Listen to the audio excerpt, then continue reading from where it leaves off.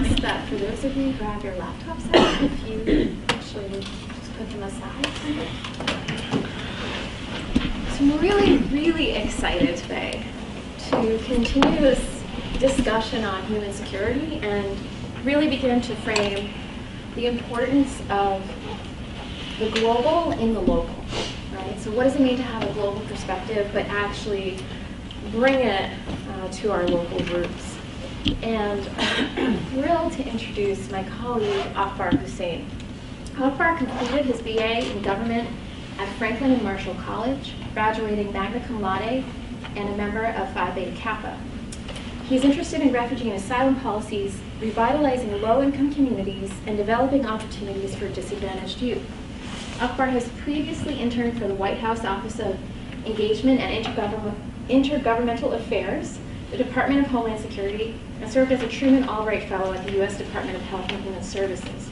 He has been recognized nationally as a Harry S. Truman Scholar and is a recipient of the Paul and Daisy Soros Fellowship.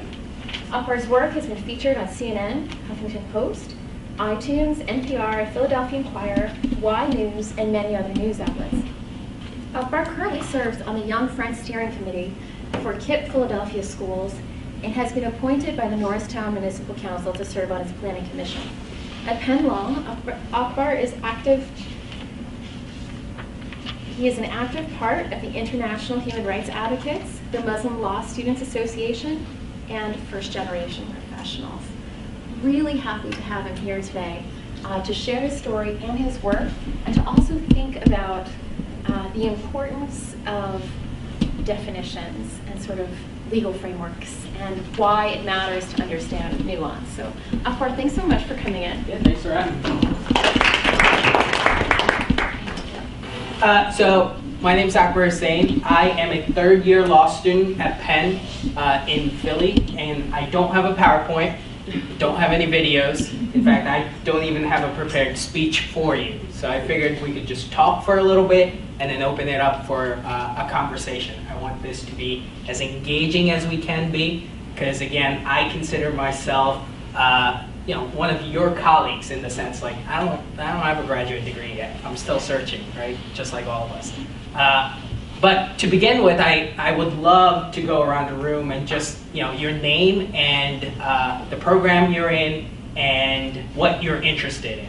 So like what you're working on, either your dissertation or your degree, just so I get an idea of who's in the room. My name's Akbar Hossain. I'm a third-year law student at Penn. I'm interested in refugee and asylum policies. I'll leave it at that. So we can start here. Rochelle Wood, first semester, Global Affairs Program. I already have a master's degree. I'm pursuing another degree. I'm not quite sure yet in what the concentration is. But I'm interested in basically saving the world, just like the rest of us here. So one way or another. Sure. I'm Sarwar Sultani. I'm a PhD student. My concentration is international development and finishing the coursework now. My name is Christian Hess. I'm a second semester fellowship here at DGA. And my area of interest is hate crimes against the LGBT community. Rebecca Pena, and also a doctoral student here at DGA and looking at development funding flows. It's Christian student at Division of Global Affairs, second semester. My focus is in refugee and migration. I'm Jean Roach. I'm a first-year graduate student at DGA. I'm interested in psychology and seeking asylum. My name is Tanya Ramin. This is my third semester as a doctoral student at DGA. My focus is on anything cyber, like cyber and cybersecurity. And also global affairs, and I'm interested in the human aspect of this, so basically the psychology of politics. My name is Jennifer. I'm a TGA, PhD student. I'm interested in agrarian social movements, and I'm also interested right now in anti-austerity movements in Puerto Rico, as well as the ultra capitalism that's happening there, and the mass privatization of the island. My name is Karen. I'm a sixth semester DGA, and I'm interested in security policies in immigration. My name is Shelby, and I'm a second semester, no, I'm not. I'm a second year master's student here at DGA, and I'm focused on climate migration and environmental refugees. And my name is Michael Conte. I'm a doctoral student at the DGA. I'm also interested in crimes of human trafficking and then human security. Hi, my name is Henry. I'm a master's student, and I'm focused on global health.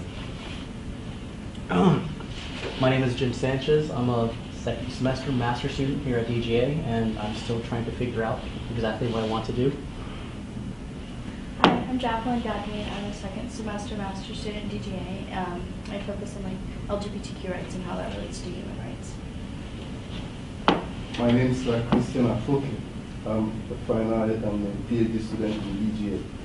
My research interest cuts across comparative politics, political violence, American foreign policy in the Middle East, human security, and human development. My present research topic is on the United Nations and 70 years of the Arab-Israeli conflict. Great, thank you so much for doing that. You know, there's a lot of knowledge in this room. Clearly you all have a lot to teach me versus me standing here giving you a lecture, but happy to get involved in this conversation. So pretty much at the end of this conversation today, I think there's one thing I want to get across, and that is that access to legal representation for immigrants, specifically asylum seekers here in the United States, is a matter of human security. That's it, right? It's something we all know. It's all something we can sort of think about and gather our heads around. But then when I dig deeper into some of the reasoning for that, some of the issues in U.S. politics, why there is no representation, and talk about some of the legal aspects of that. And then stop me at any point where you have questions, and we can make this much of a conversation if we can do that. And in order to do that, I also wanted to share a little bit about me, my story, and how I got involved in immigration issues and refugee issues, and then essentially at the local government level. A lot of the work that I do is at the local government level, but we bring in issues, global issues within local government. Issues like asylum and immigration. And another thing I guess you can walk away with today is that no matter what's happening globally in the immigration world, which is where I work, in the legal aspect of immigration world, a lot of the really neat developments are happening at the local level. Because we know the federal government is not willing to work or move on many immigration issues. So a lot of the creativity around what we do to provide access in various capacities for immigrants, whether they're documented or not, is happening at the local government level. And a lot of that work for me is in the city of Philadelphia. And we can talk about some of that stuff too. So I was born in Bangladesh, and I imagine that most people here know where that is. But for those of you who don't, it's in Southeast Asia. Some people say South Asia, and then the East gets there's a lot of argument about that. But Bangladesh is pretty much, in terms of size, it's the same size as the state of Pennsylvania. And to give you an idea, the state of Pennsylvania has about 13 million or so people, whereas Bangladesh has 166 million people. So in that sense, it's much, much more crowded than Pennsylvania. It's also one of the world's more poverty-stricken countries too. More than a quarter of the population in Bangladesh lives below $2 a day. So that's over 46 million people who live below $2 a day. But that's the environment in which my parents were born and in which I was born. I was born in a small remote village in Bangladesh where there was one river, where my parents showered, where my they washed their cows, and it was also the source for drinking water for most of the village. And it's sort of improving now. I visited there this past August, but similarities exist in the world in which my parents were born and the world that I went back to visit. My father was one of 10 in his family. He was number 5 of 10, and he was the only person in his village to find a way to leave the village. Hence, I'm here. most of my family, my uncles and aunts, everyone in Bangladesh, at least on my father's side, they're all farmers. So that's how they make their living. They farm. There's a big river where they do the fishing, and they sell it in the bazaars in Bangladesh. My father wanted to get away from that. He found a way to travel to the Middle East, as a lot of the Southeast Asian immigrants do from Pakistan, India, and Bangladesh. And he was able to secure a job as a migrant worker in various different countries in the Middle East. And he ended up, his last place he lived in the Middle East was in Saudi Arabia. That's where he became a welder, and he lived there for about 10 years before he was able to move my family, which includes my mother, a brother, and a sister, to Saudi Arabia with him. And believe it or not, my journey to the US, I'm not sure if any of you read my most recent piece on Y News, came by visiting a mall in Saudi Arabia. And I grew up next to the King of Prussia Mall. I don't know if any of you visited the King of Prussia Mall. It's considered the second largest mall in America. They would argue that they have the most stores, therefore they are the biggest mall in America.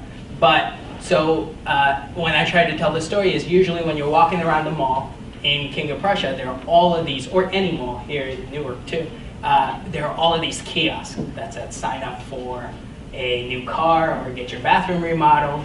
Except in Saudi Arabia, as we were walking around, there was a sign that said sign up for the United States. It's a big red, white, and blue sign. My parents were really excited, or they saw the sign jokingly. They signed, they put their names in, put our names in one of these clear boxes.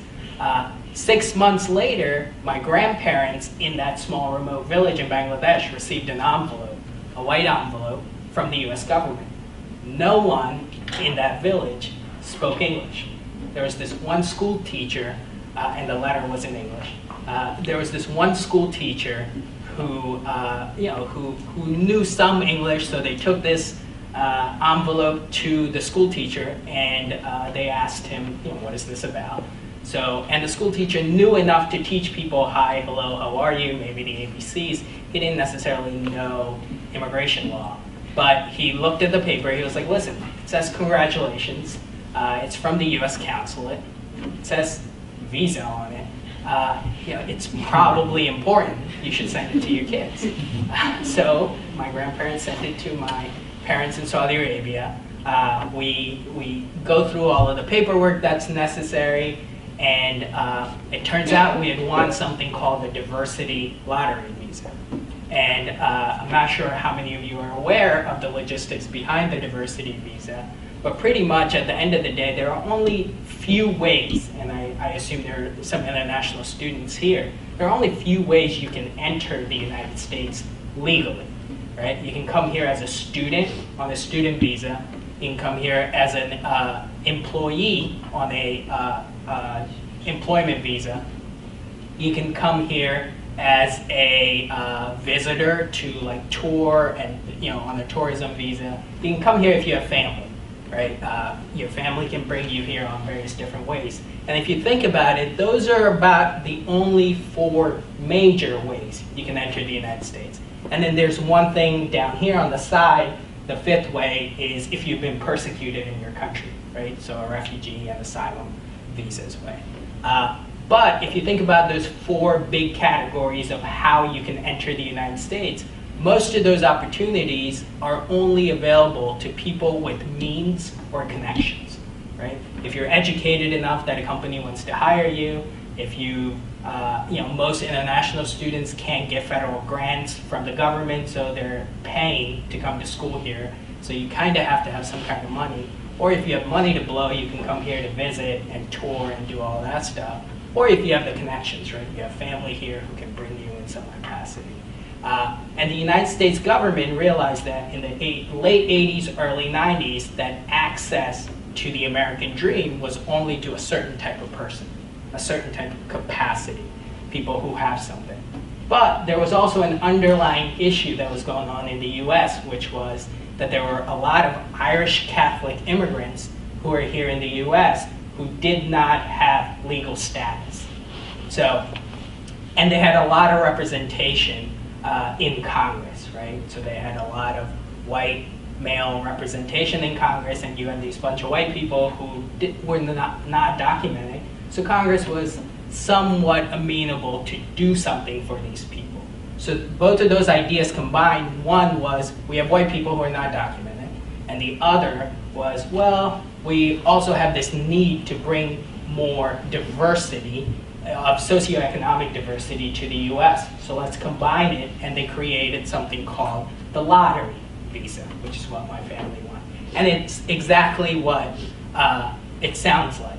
Pretty much, they came up with 50,000 visas. They looked at their list of all of the countries from which people were immigrating, and they saw, okay, which countries do we not have enough people from, and then by that, they came up with numbers. Bangladesh, you get 5,000. Saudi Arabia, you get 1,000. This country, you get 2,000, like that. And at the beginning, a lot of the people that were taking advantage of this visa ended up being from European countries. Today, it's mostly African countries that are taking advantage of it. And I have my theories on why the president wants to get rid of the visa, but we can talk about that later too. And so my family was a recipient of this diversity visa. And one of the underlying thoughts and theories behind immigration law is that you need a sponsor to come to the United States. Someone to say they will back you in order for you to immigrate here. But a key cornerstone of the diversity visa is to make sure that is not a burden, because they want to increase immigration. They wanted to increase immigration to the US by people who were not, who didn't have those connections. So sponsorship was not an element, but you needed to show you had financial capacity, or you graduated, you had some kind of education level that met the requirements. My parents were able to meet all of these requirements. They showed their paperwork. It took about 2 years or so for us to go through all of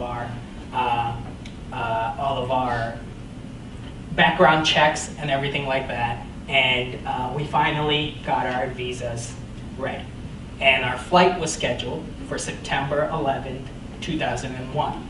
So you have the Hossain family traveling from Saudi Arabia to JFK on 9/11.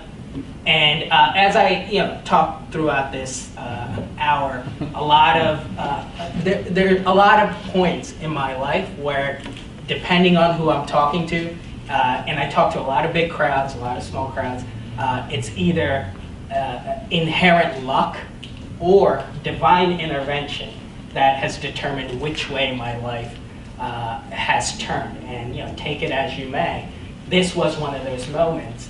The apartment that we lived in Saudi Arabia, our lease expired on September 8th, 2001. So if we were to stay for those 3 extra days, my parents would have to pay for the entire month of September. They were cheap, so they decided they were going to leave early. And we ended up actually arriving through JFK on September 9th, 2001. My mom still has our green card, so we're citizens now. Our green cards where the stamp is there for September 9th, 2001. And I don't know what would have happened had we were to arrive on 9/11, but that was the story under which we got to come to the United States, through the diversity visa. So I am a pro-diversity visa. A lot of the stuff I write about in the news happens to be pro-diversity visa, and we can talk about the merits of that. And because the visa did not require a sponsorship, my parents still didn't know anyone in the US when we first arrived.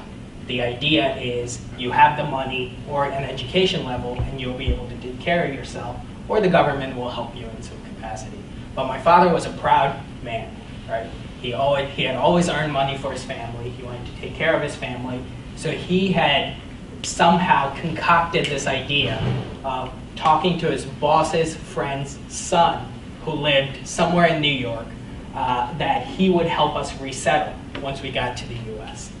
And this was not done through formal channels. There were no formal channels to do this through. And the guy on the other side said, yeah, sure, why don't you give me an X amount of money and I'll take care of everything once you get here. My parents sent along the money, everything's fine. We show up at JFK, somebody's holding up a sign with our last name on it. We're really excited. We go up to this guy. We end up in a nice big black stretch limo. And the idea was Jersey, somewhere in the suburbs here. And the guy was like, well, why don't you rest for the night? Mr. So-and-so will come meet you tomorrow. Tomorrow comes around, no one shows up.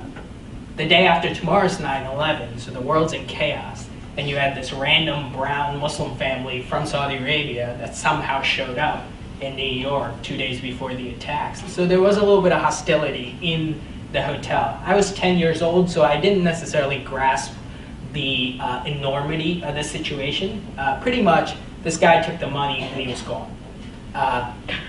And we had to figure out what to do, right? We barely spoke English at that time. My father had pretty much sold everything to make sure we got to we got to the U.S. in search of the American dream, and we didn't necessarily plan everything out because there was a lot of hope in this guy who we had paid substantial amount of money to help us kind of get things together. My parents had never attended college, finished high school, and I don't want to say that's the reason these things fell under the crack, but there wasn't a lot of planning in terms of figuring out what to do once we got here. So about a week or so goes by, we are living in that motel pretty much, and money was going by pretty fast. If you think about, we didn't have much to begin with. We ended up showing up to the US, so our money, if you think about the conversion rate, was going by like 13 times as fast in terms of dollar to real conversion. So my parents had a decision to make, and this was again one of those divine intervention or inherent luck situations where my father decided that we were going to go back. We were not, he was a proud man, he didn't want to become part of the welfare system. This was not the life he wanted to live. He had a decent job back in Saudi Arabia as a welder. We were going to go back to Bangladesh, and he was going to figure something else out. So we decided to take one last walk around Jersey to figure out what America was like. And we ran into this Indian restaurant. We were really excited because Bengali and Indian food are pretty similar. We haven't had food, like ethnic food, in a while. Bengalis eat a lot of white rice. We were living off of this Chinese restaurant that was next door because they have a lot of white rice. So we walk into this restaurant, we're really excited. My father starts talking to the manager, and then he tells him what had happened. And the manager goes, I might know someone in Philly who might be able to help you. So he calls his brother-in-law, who lives in a town called Norristown, Pennsylvania, which is 10 minutes outside of Philly in a suburb. And he tells him what had happened.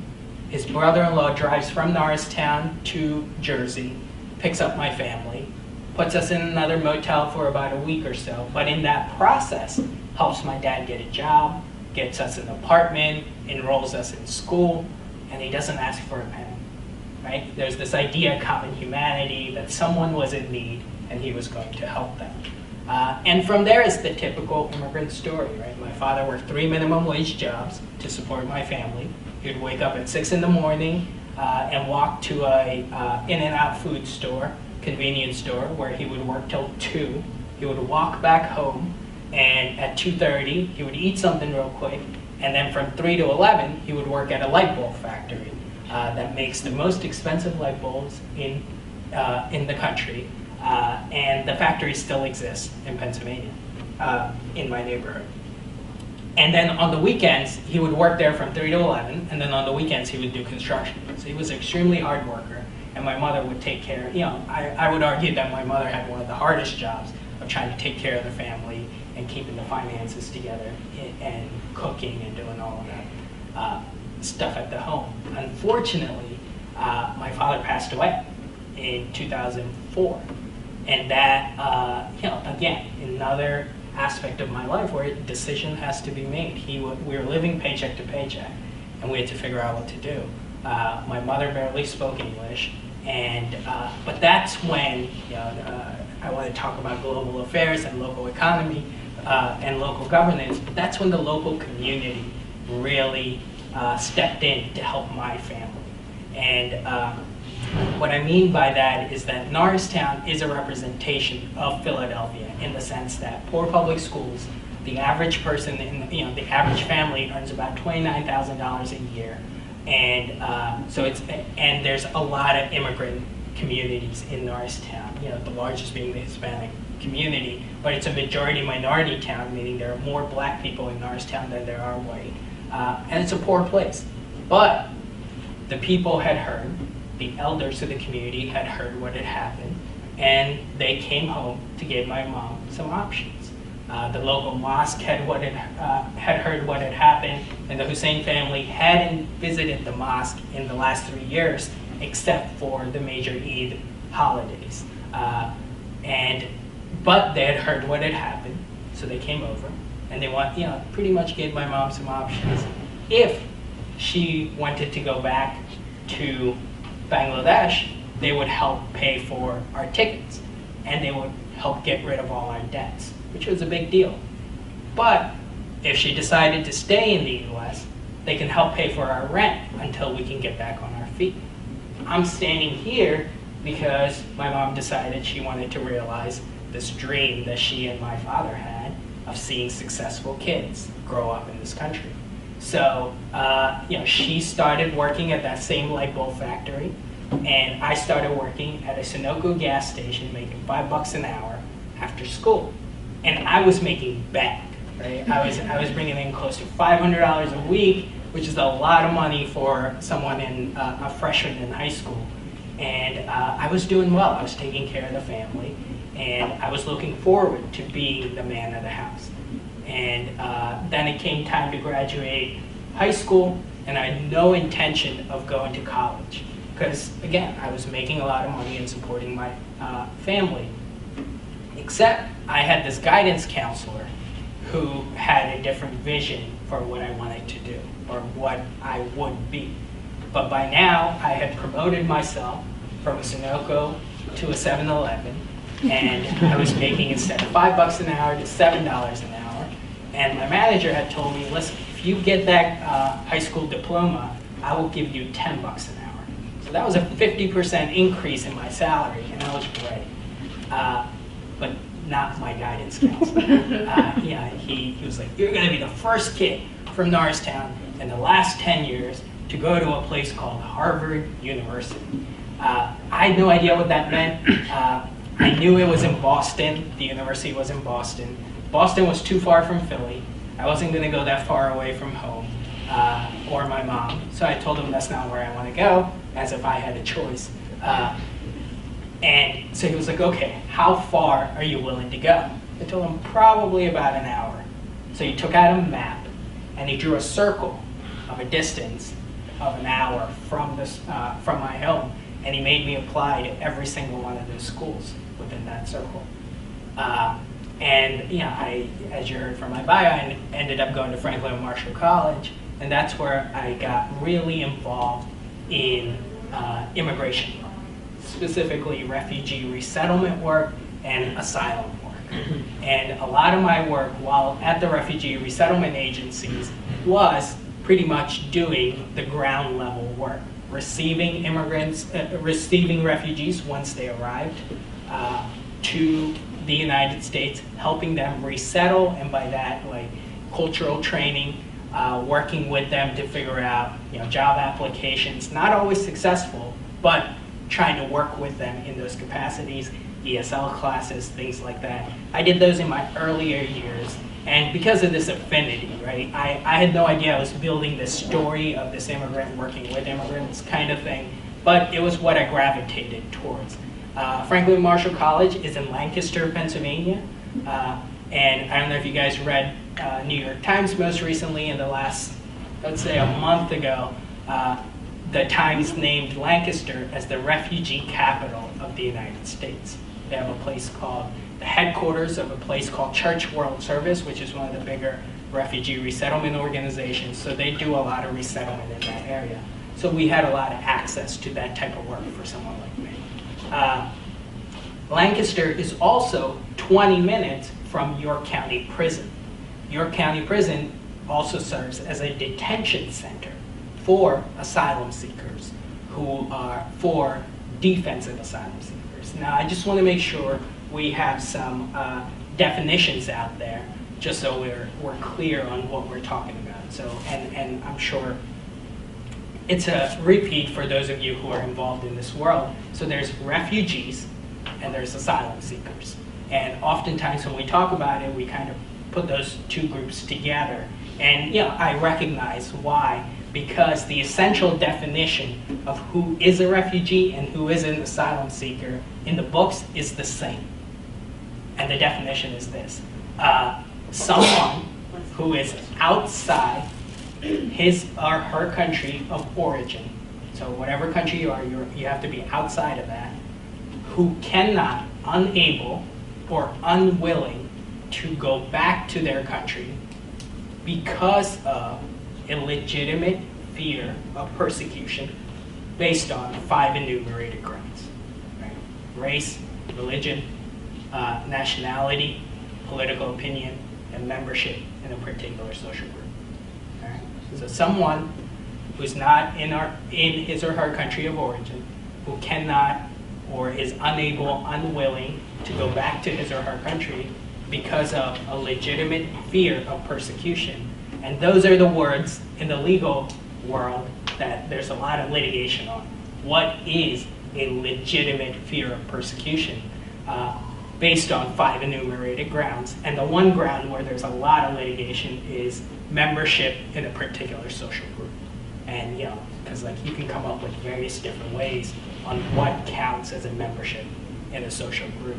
The most recent things you can think about that were not part of this broader definition that may be of some interest to the people in this room were LGBT folks, right? That was not something that was counted as a basis of fear of persecution until there was litigation that pretty much said that is a particular social group.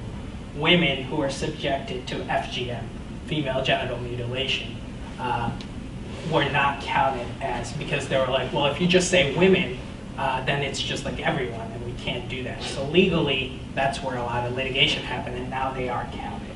One area where there's a lot of fight going on now in the courts is whether unaccompanied minors from South America who have been targeted by gangs, right? Does that count as a specific group of people?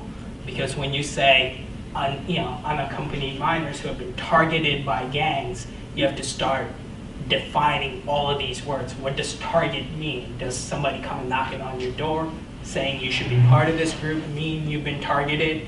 You get beat up on the street once, does that mean you've been targeted? So there's no definite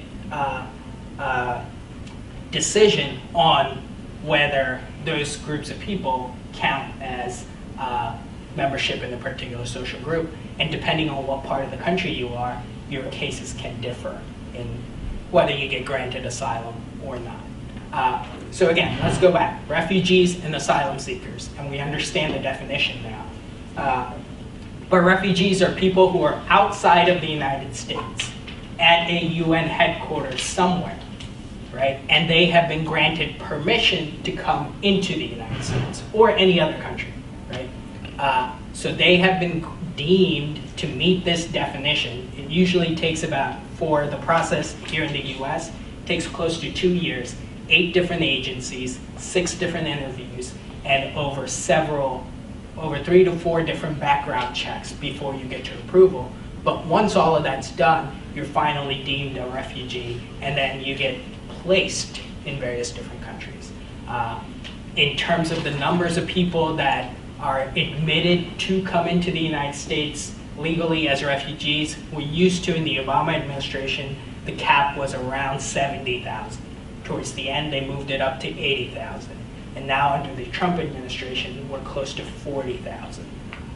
So there's a mass drop in terms of numbers on papers, how many refugees people take in. The US leads the world in numbers, but it doesn't account for countries that are next door to places with conflicts, right?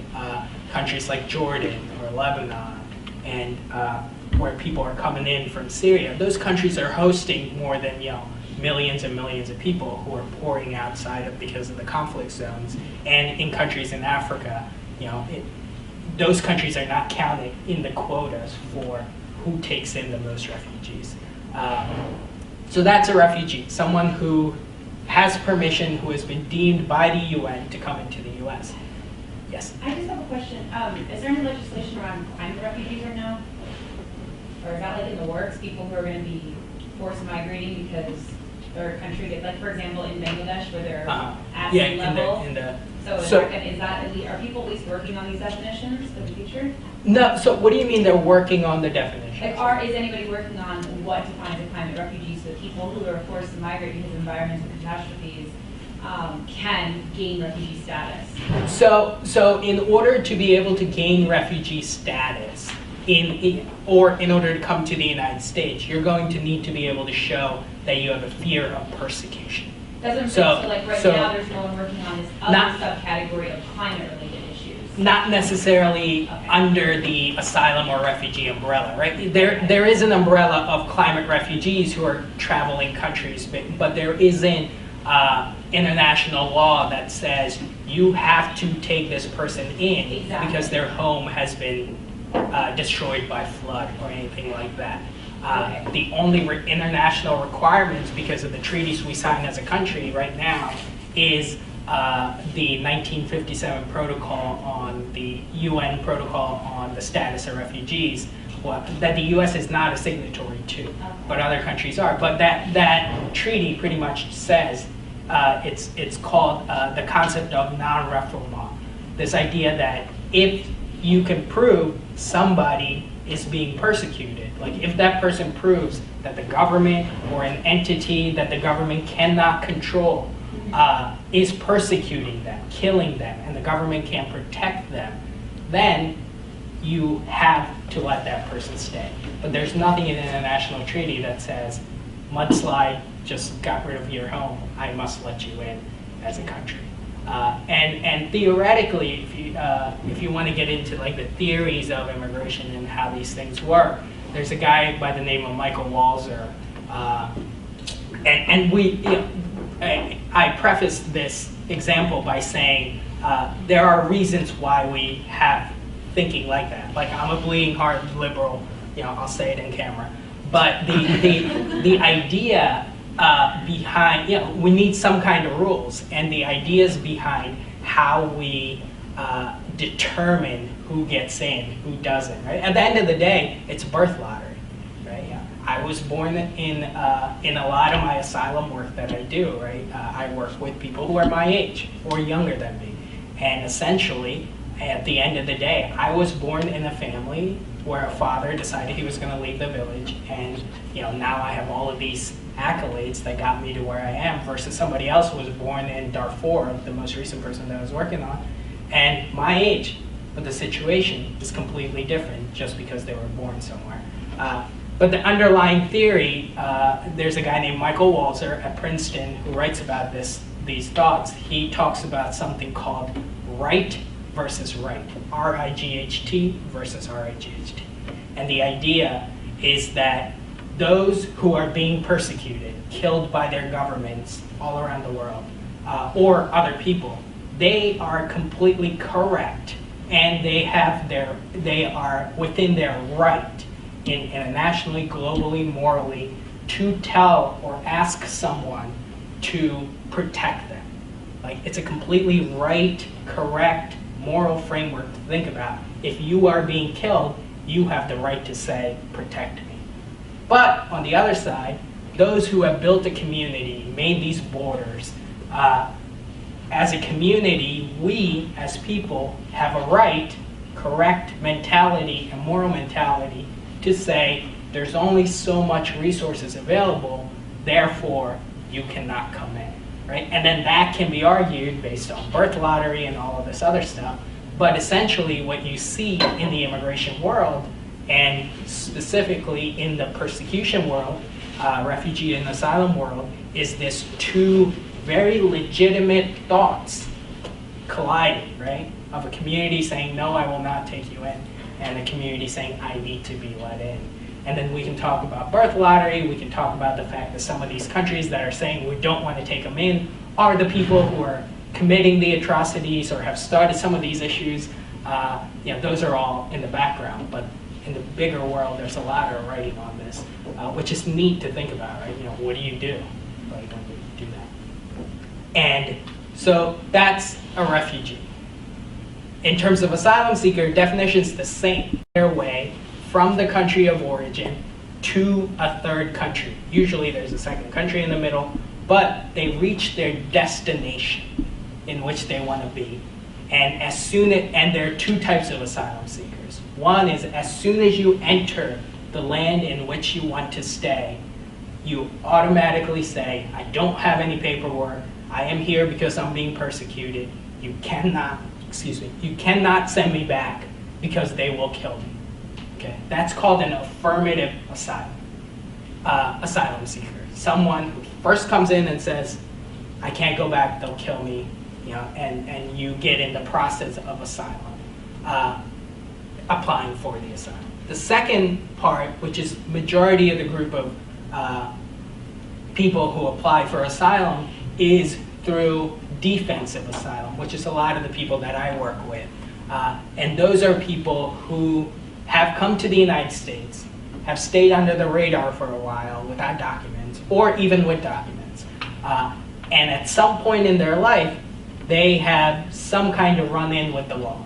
They get arrested for something, and then there's a deportation proceeding for them because they've done something wrong. They've committed some kind of crime, they've gotten caught for something, and then the government says, we will send you back to your country. And at that point, they say, whoa, whoa, whoa, you can't send me back because I will be killed. They use asylum as a defensive measure to be not sent back at that point. So there's the affirmative and the defensive. Essentially, you have to go through the same system, but those are the two different ways of thinking about it. But are you saying with the defensive, they just are living under the radar undocumented? Or documented, because permanent resident aliens who are, who have documents to stay here, but if you commit a felony, you are deportable. Okay. And at that point, you say, well, you can't deport me because I'll be killed. And so, and that's an asylum seeker, right? Someone who's in the United States, who's asking for permission to stay, versus a refugee who has been granted permission to come here and build a life. And we have programs for refugees, and we give them a little amount of money and all of these resettlement processes to help them get acclimated here. And I know my time's running short, and we also want to have a conversation real quick. I'm going to hold the questions for a little bit, get real quickly. I want to get through, so once you're in the asylum process, one of the biggest issues is that there's no guarantee of legal representation for someone seeking asylum. And it's, so if you think about the Miranda rights, when someone gets arrested, they say you have the right to an attorney. If you cannot afford one, one will be provided to you. That is not available in the immigration world. Mostly because in criminal proceedings, you are guaranteed a right if you're a citizen. But in the immigration is a civil procedure, which means there's no guarantee of legal representation in civil stuff. And that creates a lot of issues when it comes to the immigration world, because when you look at the statistics of people who apply for asylum or who are being deported, 90%, and these are numbers you can check online on any of the Homeland Security websites, 90% of the people who apply to stay in the United States, who apply for asylum to stay in the United States and do not have an attorney, get their application rejected, compared to 48% of the people who apply for asylum with an attorney.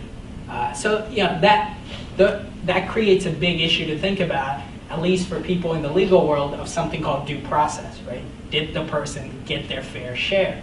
And if we're looking at a system where 90% are not, 90% are being denied who don't have a lawyer versus only 48, what that essentially means at the end of the day is that there are people who are being deported who should have the protections to stay in the United States. It's as simple as that. And we have to think about that as a country, as a nation, and how we frame that.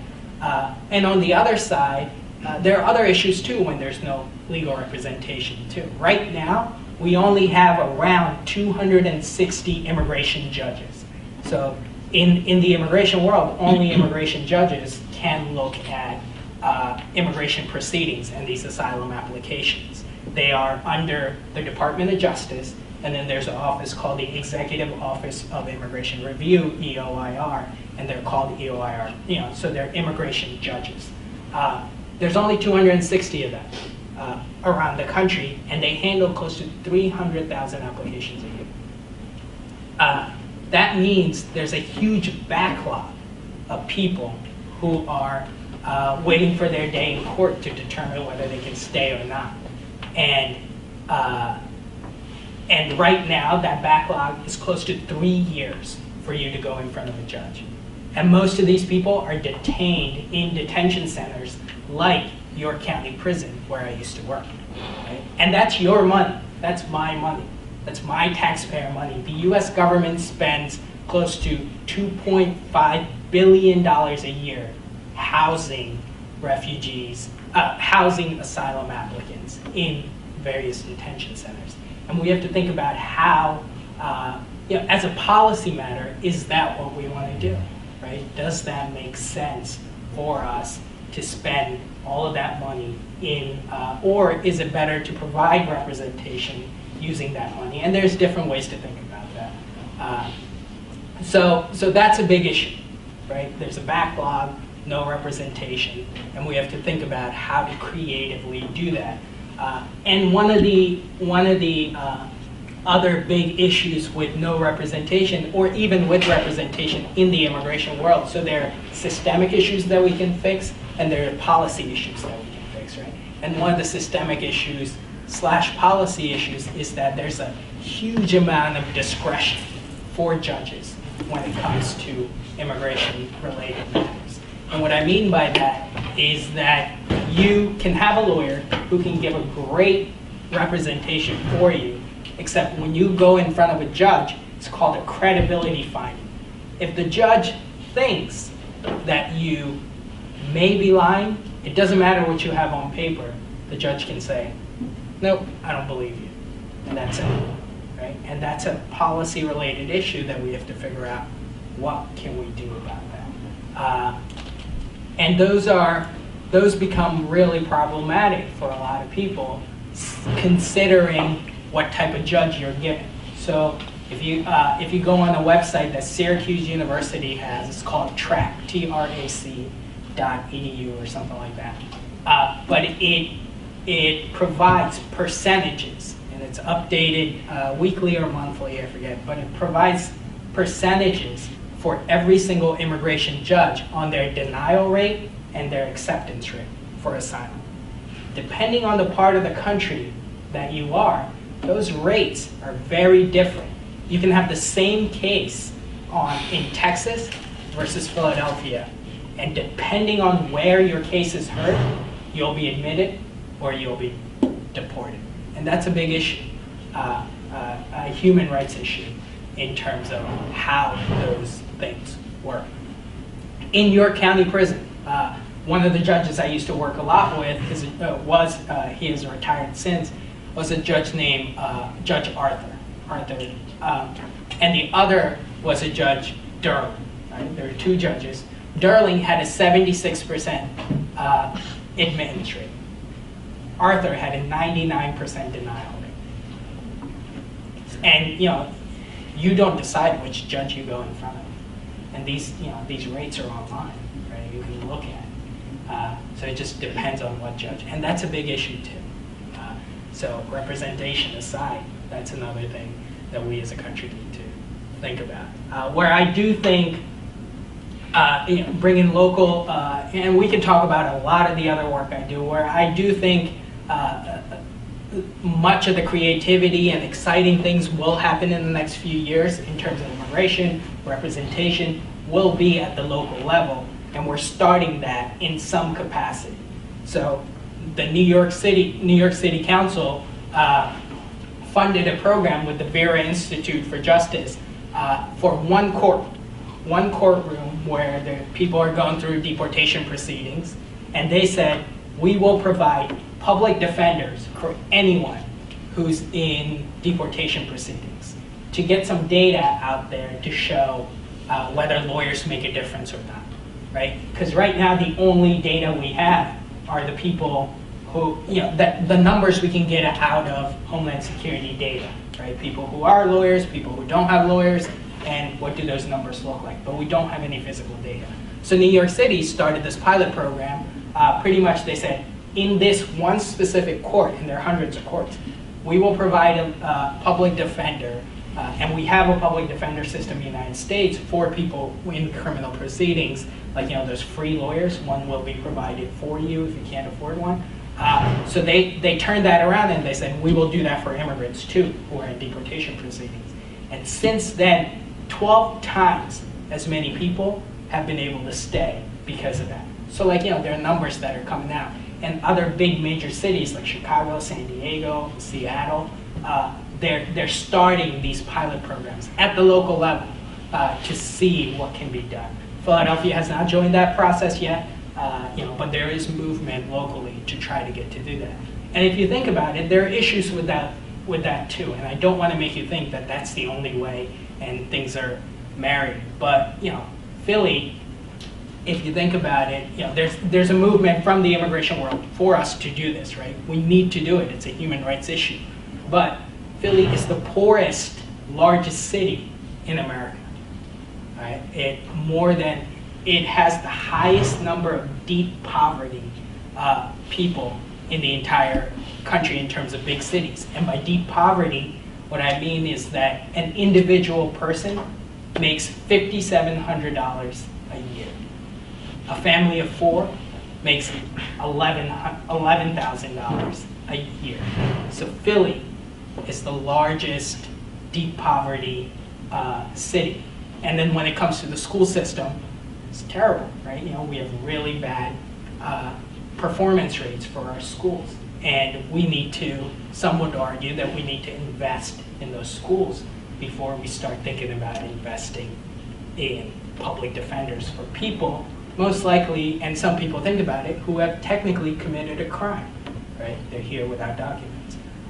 Or in other crimes too, whatever the proceedings are for which they're going. So it's an uphill battle, right? It's an uphill battle for people like me who are immigrant rights advocates in the city trying to convince the mayor or the city council to do this.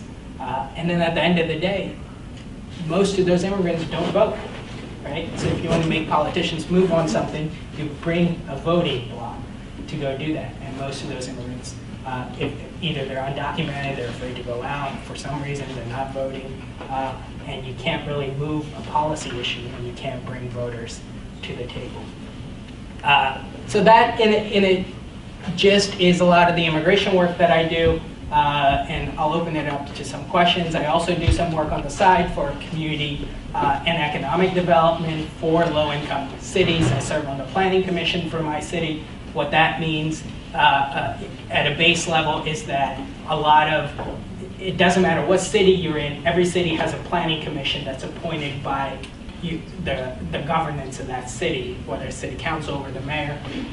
And the idea is there are new businesses, new developments that happen in the city, and this commission gets a first stab at trying to approve or disapprove these new businesses that are coming in, new developments, whether they're good for the city, whether they're building affordable jobs, and things like that. So I do a lot of work around that in my city. So we can talk about that for those of you who are interested. We can also talk about access to education and disability issues. So a lot of my work, another aspect of my work has to do with, pretty much I grew up in a place where there's a lot of black and brown kids who don't necessarily go to schools like Rutgers or Penn and places like that. And one of my, in my neighborhood, if you were to go back in Norristown and you look at just within a 5-block radius of where I am probably the only lawyer that some of those kids know. And that's a big issue, and that's not, that's not just my neighborhood. If you go in a lot of the neighborhoods in West Philadelphia and North Philly, it's the same, right? There are certain type of people that look like me, darker than me, who just don't have access to education and higher incentives.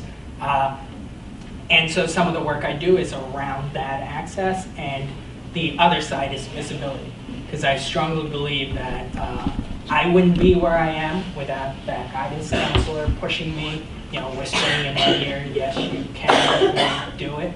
And I think that's incredibly important for me to be present in classrooms with younger people, to pretty much just share my story, right? I talk about myself. Lawyers love talking about themselves, but also to distill the notion that Black and brown people are not achieving incredible things in various different communities.